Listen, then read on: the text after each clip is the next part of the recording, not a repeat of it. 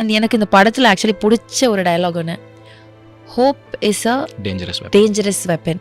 I don't know, அது நீங்கள் 2 வாட்டி யூஸ் பண்ணிங்கன்னு நினைக்கிறேன் this thing, but it hit so hard and it's like as it is. உங்களுக்கு இப்போ அப்பார்ட் ஃப்ரம் திஸ் ஃபில்ம் பர்சனலாக I strongly believe that. Yes strongly believe. நீங்கள் நாளைக்கு எந்திரிப்போன்ற நினப்பு இருந்தால் தான் இன்னைக்கு தூங்குவீங்க. நாளைக்கு சாவ போகிறோன்னு நினச்சிட்டா நீங்கள் எனக்கு என்ன க்ரைம் வேணால் பண்ணலாம்.